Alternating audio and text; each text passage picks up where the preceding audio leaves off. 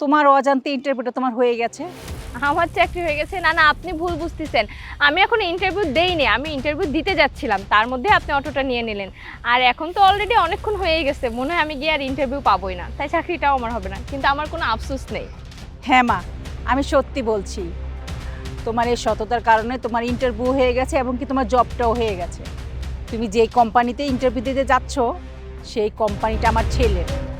শোনো মা, আমরা যখন ইন্টারভিউ নিতে যাই অনেক মানুষ আসে, কিন্তু তার ভিতরে দেখা যায় 5 জন 10 জন সিলেক্ট হয়। কিন্তু আমরা 5 জন 10 জন চাচ্ছি না, আমরা সঠিক একজন লোক চাচ্ছি যে মনে করো সব দিক দিয়ে পারফেক্ট।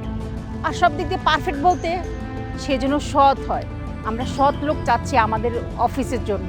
আমার প্ল্যানে তুমি সাকসেস হয়েছো, তাই তোমার ইন্টারভিউটা হয়ে গেছে এবং কি জবটাও হয়ে গেছে। গেছে বছর কী হয়েছে জানো? তুমি যে পোস্টটার জন্য ইন্টারভিউ দিতে যাচ্ছিলা সেই পোস্টে আমরা একটা লোক নিয়েছিলাম। আর একটু যদি হইতো তাহলে তো উনি আমাদের কোম্পানিটা ডুবাই দিত। তার জন্য আমার ছেলেকে বলা যে এবার আমি ইন্টারভিউটা নিব।